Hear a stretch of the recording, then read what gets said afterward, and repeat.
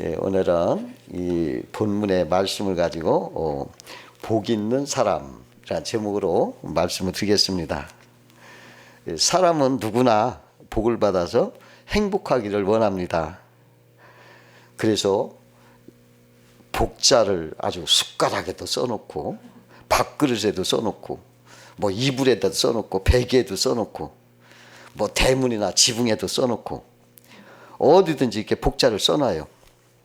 이게 중국 사람들 한술 더 떠가지고 집 안팎에 복자를 쫙 써놓은 다음에 천장 한가운데는 복자를 거꾸로 썼는데 매달아 놓고죠. 거꾸로 썼는데요. 그 이유가 뭐냐면 복이 여기서 뚝 떨어지라고 그런다고 합니다. 이거 믿거나 말거나 합니다.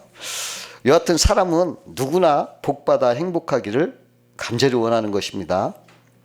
성경에 보면 하나님께서도 아브라함에게 너는 복이 될지라 그랬고 복의 근원이 되라 이렇게 말씀하셨어요. 그 말씀은 우리에게 하시는 말씀이기도 하는 것입니다. 하나님은 우리 본문에서 복 있는 사람이 되는 길을 가르쳐 주시고 계십니다. 그러면 복 있는 사람이 되려면 어떻게 해야 되는가 이것을 알아보면서 은혜를 나누겠습니다. 첫 번째로 복 있는 사람이 되려면 악인의 길을 쫓지 말아야 한다는 거예요. 1절 말씀에 복 있는 사람은 악인의 길을 쫓지 아니하며 이렇게 말씀했어요. 악인이라는 말은 배드맨, 나쁜 사람이라는 거죠. 히브리어로는 라사어, 이렇게 라사이라는 말인데 불의하고 사악한 온갖 거짓된 것을 도모하는 자를 말하는 것입니다. 성경에 보면은 하나님께 기도하는 의로운 다니엘을 왕에게 모함해서 사자굴 속에 던져 죽이려 했던 그런 자들이 악인입니다. 그러나 의로운 다니엘은 사자굴 속에서 살아났고 악인들은 오히려 사자굴 속에 던져져서 사자밥이 되었다는 것입니다. 또 의로운 모르드게 왕궁의 문지기 모르드게를 미워해서 잡아 죽이려 모함하던 하만이가 악인입니다. 그는 자기 집 마당에 모르드게를 잡아 매달아 죽이려고 50규빗 이게 20m 장대예요. 50규빗 장대를 세웠으나 오히려 자기가 그 장대에 매달려 죽게 되었고 모르드게는 상을 받게 되었습니다. 복 있는 사람은 악인의 꾀를 따르지 않고 물들지 않는 것입니다. 두 번째로 복 있는 사람은 죄인의 길에 서지 않는다 이렇게 말합니다. 이 죄라는 것은 하나님의 뜻과 표준에 벗어나는 행위를 말하는 거예요. 죄인의 길이란 하나님의 표준에 이탈된 자의 길을 말하는 것입니다. 어떤 사람이 자동차를 운전하러 가다가 교통경찰에서 걸렸어요. 경찰관이 과속입니다 이렇게 말하니까 운전하던 사람이 자기도 모르게 술 한잔 했더니 정신이 없었습니다. 그러니까 교통경찰관은 음주운전을 추가합니다. 그러니까 그 옆에 있던 아내가 무심코 하는 말이 무면허라 맨정신에는 겁이 나서 운전 못해요. 그러니까 경찰관은 무면허 운전 추가합니다. 그래 말하는 게. 그랬더니 뒤에 앉아있는 장모가 자기도 모르게 말하는 게 그것 봐라 자동차를 훔쳐타더니 오래가지 못 가지 않냐. 이 말을 들은 경찰관이 말한 거예요. 자동차를 훔친 죄로 체포하겠습니다. 그러더니 그 자리에서 붙잡아갔어요. 죄인의 길이 바로 이런 것이에요. 법을 떠난 그 길은 망하는 길입니다.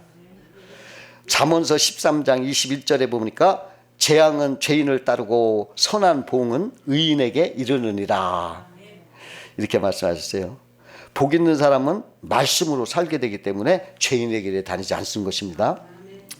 그 미국의 유명한 대통령 아브라함 링컨이 어린 시절에 그 추억 중에 가장 인상 남은 것은 자기 어머니가 자기를 어머니 무릎 위에 앉혀놓고 성경 말씀 특히 십계명을 귀가 닳도록 되풀이하여 들려주시는 일을 잊을 수가 없다 이렇게 말했어요.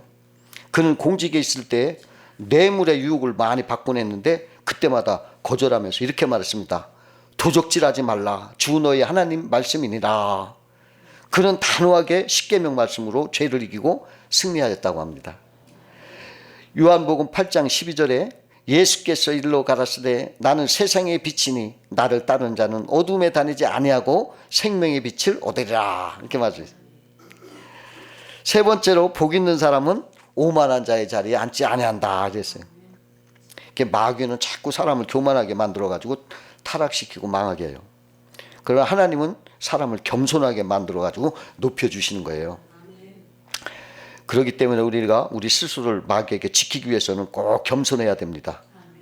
그 나폴레옹이 러시아를 정복하기로 계획을 하고서 그걸 발표했더니 충성스러운 장군이 그를 찾아와서 이랬어요. 각하 부탁드립니다. 이번 러시아 원정을 취소해 주십시오. 각하께서는 지금까지 수많은 나라를 정복하셨습니다. 이만하면 족하지 않습니까? 그러나 나폴레옹은 그의 충고를 듣지 않았습니다. 그러자 그 장군은 마지막으로 한 번 더 간청했어요. 각하, 사람이 일을 계획해도 그 일을 성취하시는 분은 하나님이십니다. 이번 러시아 원정은 하나님의 뜻이 아닙니다. 취소해 주십시오. 이 말을 들은 나폴레옹은 크게 화를 내면서 내가 모든 일을 계획하고 성취한다. 무슨 하나님이 일을 계획하고 성취하느냐? 그렇게 큰 소리치고 오망방자하게 말했어요. 그러나 러시아 원정에서 그는 크게 대실패를 하고 이를 계기로 나폴레옹은 곤자에서 쫓겨나고 패망했습니다. 교만은 패방의 선봉이요 겸손은 존귀의 앞자리다. 이렇게 성경은 말하고 있어요. 주전 4세기 그리스 디오게네스라는 철학자가 있었어요. 하루는 어느 부자가 디오게네스를 자기 집으로 초청했습니다. 그에게 자기의 집을 자랑하기 위해서였어요. 과연 부자의 집은 으리으리했습니다. 정원은 온갖 기와 요초로 가득했고 집안은 각종 보석으로 사치롭게 꾸며졌습니다. 그는 자기 집을 자랑하는데 여념이 없어서 디오게네스에게 단 1분도 말할 기회를 주지 않았어요. 그때 벼랑간 디오게네스가 부자의 얼굴에 가르침을 탁 하고 뱉어버렸어요. 디오게네스는 놀라서 어린 줄 아는 부자에게 이렇게 말했습니다. 당신의 집은 너무 깨끗하고 아름답군요. 그래서 아무리 둘러보아도 내가 가르침 뱉을 만한 곳을 발견하지 못했습니다. 단지 교만으로 가득한 당신의 얼굴이 내게는 쓰레기통처럼 보이는군요. 하면서 침을 뱉더라는 거예요. 오만한 사람을 피하고 함께 있지도 말아야 돼요. 왜냐하면 같이 매를 맞을 수도 있습니다. 그 유다왕 여호사밧은 신앙이 깊은 사람이었지만은 그 우상 숭배하는 악한 이스라엘 아합왕과 가까이 지내다가 나중에 그 아들들이 이세벨이 딸들과 결혼했다가 그 후손들이 다 죽게 됐어요. 그런 화를 당했어요. 그 악인과 가까이 하다 그런 거예요. 미국 스탠포드 대학교 심리학 교수인 루이스 터머는 IQ가 160 이상의 천재들의 일생을 조사한 적이 있었어요. 굉장한 기대를 가지고 조사했지만 천재들은 대부분 성인이 되어 실패자 인생을 살고 있더라는 거예요. 그 원인이 뭔가를 알아봤더니 그 원인은 내가 최고라는 교만 때문인 거예요. 그 교만 때문에 다른 사람의 말을 듣지 않는 거예요. 고집불통이 되어서 거만하고 무모하게 행동하다가 결국은 실패하더라는 거죠. 그래서 천재들이 잘 살고 하는 거 없더라요. 다 망하고 그랬대요. 여러분, 그 사울 왕도 자기를 작게 여길 때는 하나님이 높이셨죠. 근데 교만하실 때 하나님이 다 가져가셨어요. 그게 망하게 됐습니다. 네 번째로 복 있는 사람이 되려면 오직 여호와의 율법을 즐거워하여 그 율법을 죄하러 묵상하는 사람이라 이렇게 말했어요. 어떤 사람이 유리컵 안에는 공기를 이거 어떻게 공기를 빼내면 어떻게 하겠습니까 하고 퀴즈를 내니까 어떻게 별의별 소리가 다 나왔는데 어떤 사람이 거기다 물을 채우면 되겠죠. 이게 그렇다. 물을 채우면 공기는 다 빠져나가니까 억지로 공기를 빼면 안 된다. 만약에 억지로 빼면 컵이 깨진다. 이런 말을. 그렇습니다. 가장 좋은 정답은 거기에 공기를 빼려면 물을 채우면 자연스럽게 공기는 빠져나오는 것처럼 우리들의 마음속에 육신적인 혈기나 욕심이나 원망이나 불평, 시기, 질투 이러한 부정적인 생각이 마음에 가득 채울 때 사람들은 그걸 막 없애보려고 하고 막 그냥 그 성품을 죽이려고 막 노력을 하지만은 절제도 하고 훈련도 받아보고 다양한 노력을 해보지만은 변화되는 게 별로 없어요. 그가 변화될 수 있는 방법은 마음이라는 컵에 말씀으로 가득 채우면 돼. 말씀으로 가득 채우면 그 육신적인 죄악의 성품들이 자연스럽게 다 빠져나가는 거예요. 그러니까 자꾸 말씀을 먹어야 돼. 그러므로 복 있는 사람이 되려면 목마른 사슴이 물을 찾듯 말씀을 사모하고 묵상하고 막 묵상해야 돼. 마음이나 생각에 하나님 말씀에 이런 생기가 막 들어가게 되면 나쁜 세상의 잡념들 그게 다 빠져나오는 거예요. 축구 선수들 보면 공격이 최상의 방어다 이런 말이 있어요. 그냥 말씀을 자꾸 먹어놓으면 악한 것들이 견디지 못해 다 빠져나가. 마음이 선해지는 거예요. 그거 빼려고 막 애쓰면 그거 안 빠져 잘. 그러므로 성경은 말하기를 하나님의 말씀을 금 많은 순금보다 더 사모할 것이며 꿀과 송이꿀보다 더 달도라 이랬어요. 더 달다고 그랬어요. 또 시편에 보니까 주의 말씀에 마치 내게 찌그리단지요 내 입의 꿀보다 더 다니이다. 이 말씀을 사모하고 말씀을 구하는 사람에게는 이 말씀이 그렇게 꿀송이처럼 단다는 거예요. 그 어떤 분이 이런 말을 해요. 말씀을 즐거워하고 주야로 묵상하는다는 말의 히브리서 원뜻은 이런 뜻이 있대요.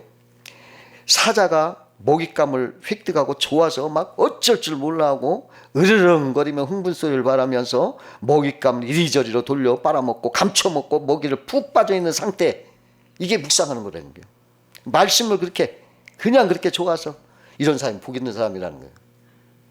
이런 사람 마음속에는 악이 들어갈 수가 없죠. 그러나 말씀을 쓰냥 먹듯 억지로 먹으면 좋은 신앙 아닙니다. 이 신앙이 병들면 말씀을 멀리하게 됩니다. 그 미국 농담에 토틀 크리스찬이라는 말이 있어요. 거북이 신자, 거북이 고인 이런 말이에요. 새는 9일간 먹지 않고 살 수 있다고 해요.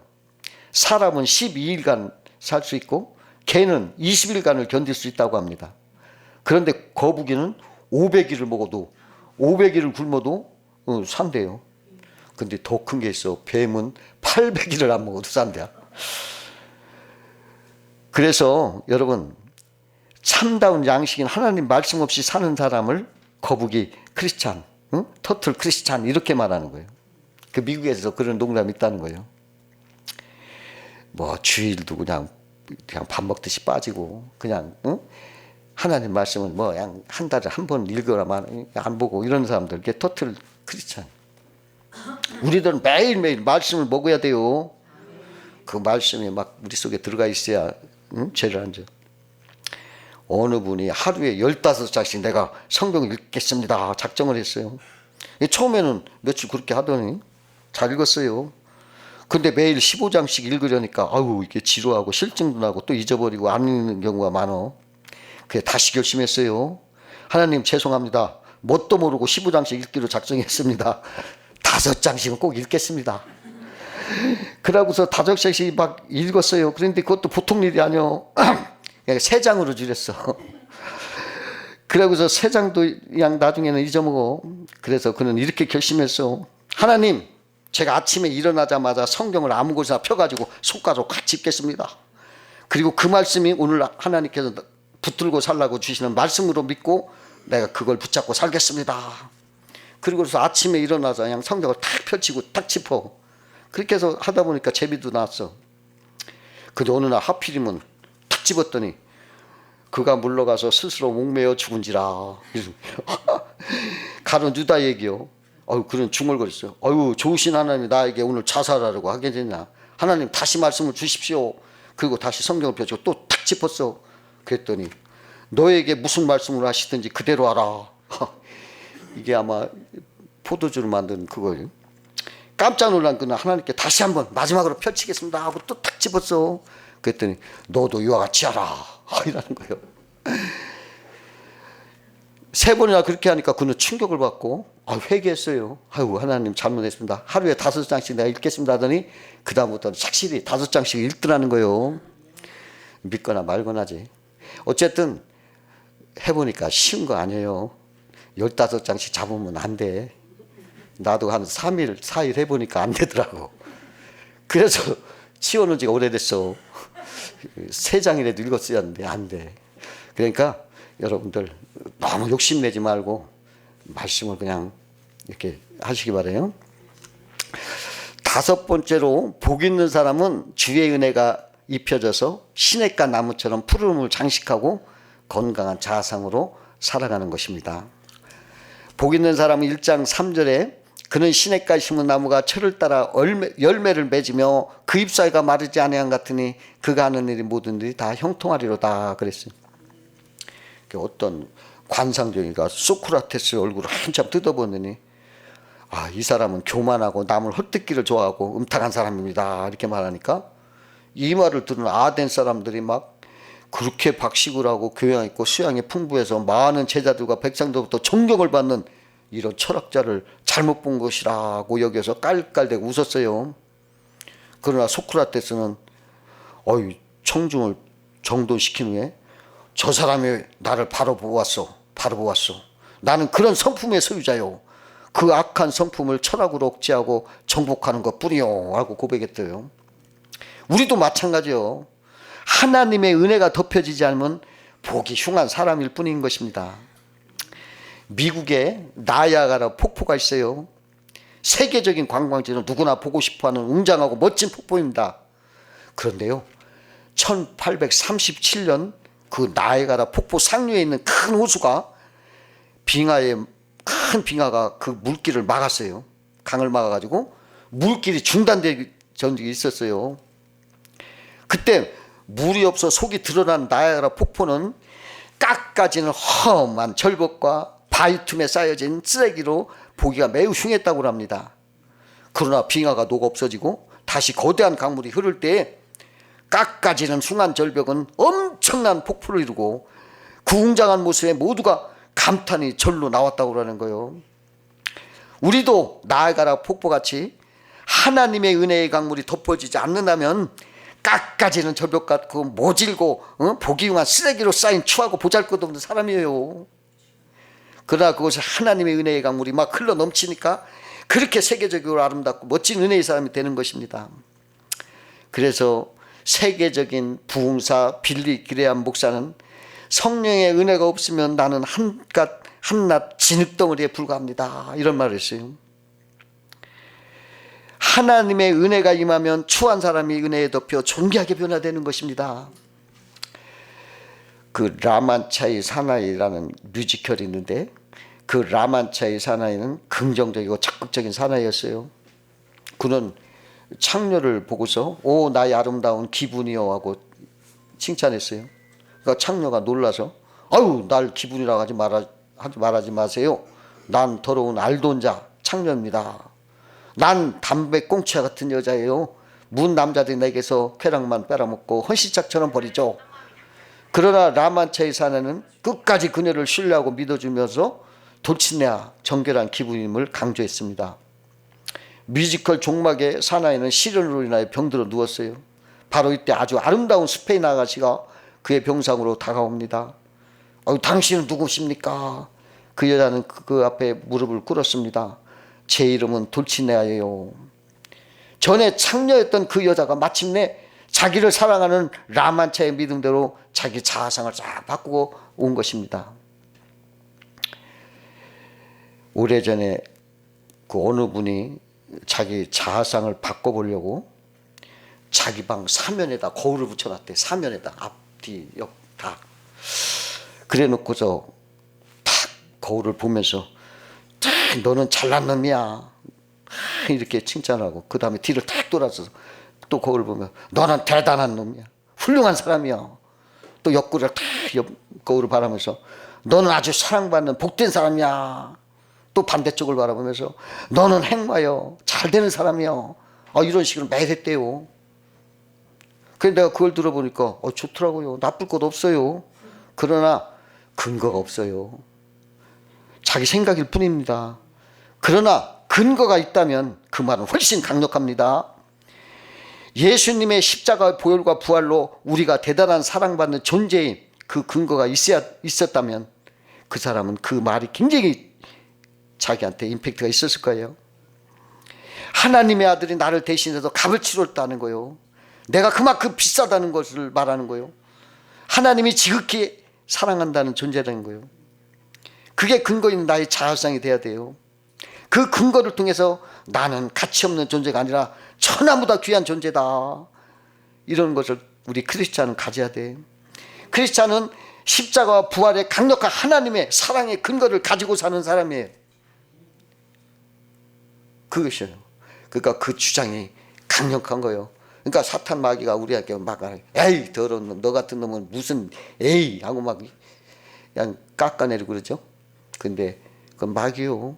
그러나 하나님은 너를 위해서 내 아들까지 희생했다. 네가 그렇게 귀하다. 내 아들을 그 여섯 남매를 둔 어떤 사람이 자기 친구가 하나도 자녀가 없는데 그 친구가 그러더라. 야, 너 여섯이나 되니까 하나만 나 다오. 자녀 하나만 다오. 그래, 아유 좋아. 그러고 나서 집에 와서 이렇게 잠자는 애들 6명을 하면서 큰아들 보니까 큰아들은 큰아들 안 되고, 둘째 하니까 아이고 너무 약해서 안 되고, 셋째 하니까 아이고 병들어서 안 되고, 넷째 보니까 막 너무 자기를 닮았고, 다섯째 보니까 너무 아버지를 닮았고, 또 여섯째를 보니까 이거 막내 나는 안 돼. 하나도 못 죽었더래. 근데 여섯이나 돼도 못 졌는데 하나님은 하나뿐이 없어. 하나뿐이 없는 그 아들을 주셨어. 생명까지 내주셨어. 얼마큼 우리를 귀하게 여긴 거요.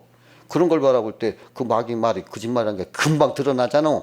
그러니까 여러분, 십자가의 그 부활과 죽음을 우리는 기억하면서 나를 위해서, 이렇게 귀한 나를 위해서 이렇게 하셨구나 감사하면서 여러분들 자상을 바꾸시기 바라요.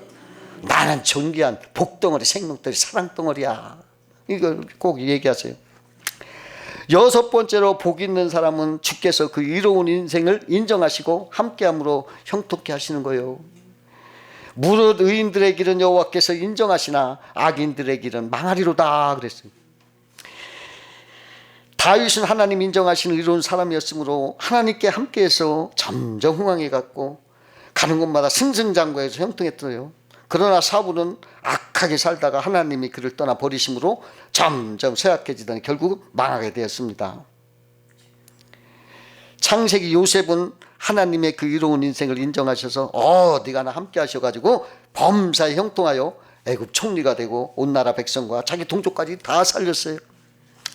의로운 이삭은 블레셋의 핍박으로 여러 차례 우물을 빼앗겼어도 하나님이 이삭과 함께 하니까 이삭이 우물만 파면 그냥 물이 솟구쳐 올라오고 우물을 뺏길수록 더 번성하고 강해졌어요.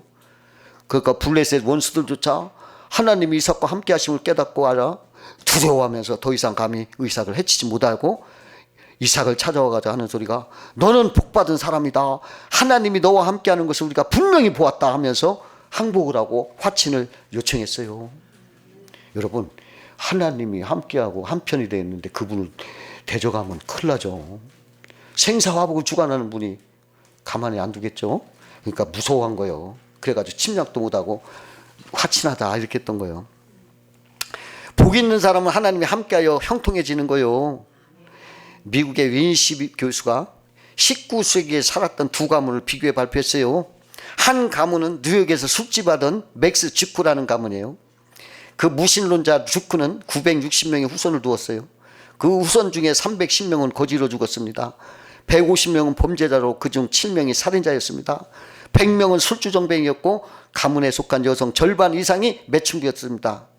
반면 같은 시대에 살았던 조나단 에드워드 목사 가문은 1094명의 후손을 두었는데 후손 중에 13명은 대학총장, 65명은 교수, 3명은 상원의원, 3명은 부지사, 100명은 변호사, 30명은 판사, 56명은 외과 의사로 그 중에 1명은 의과 대학장이었고 75명은 군대 장교였고 100명은 선교사와 목사와 작가였어요. 80명은 공직자였는데 그 중에 3명은 시장, 1명은 재무부 감사관, 또 1명은 부통령이었습니다. 복 있는 사람은 하나님이 함께해서 형통해져요. 우리 속담에도 잘 되는 사람은 넘어져도 산산 뿌리 앞에 넘어지고 안 되는 사람은 뒤로 넘어져도 코가 깨진다는 말이 있어요. 여러분, 복 있는 사람은 하나님이 인정하는 거예요. 하나님이 함께해서 시냇가의 나무처럼 형통한 사람인 거예요. 여러분, 말씀을 따라 사세요. 그러면 복 있는 사람이 되는 거예요. 그러한 사람 되시기를 주의 이름으로 축원합니다. 네, 기도하겠습니다.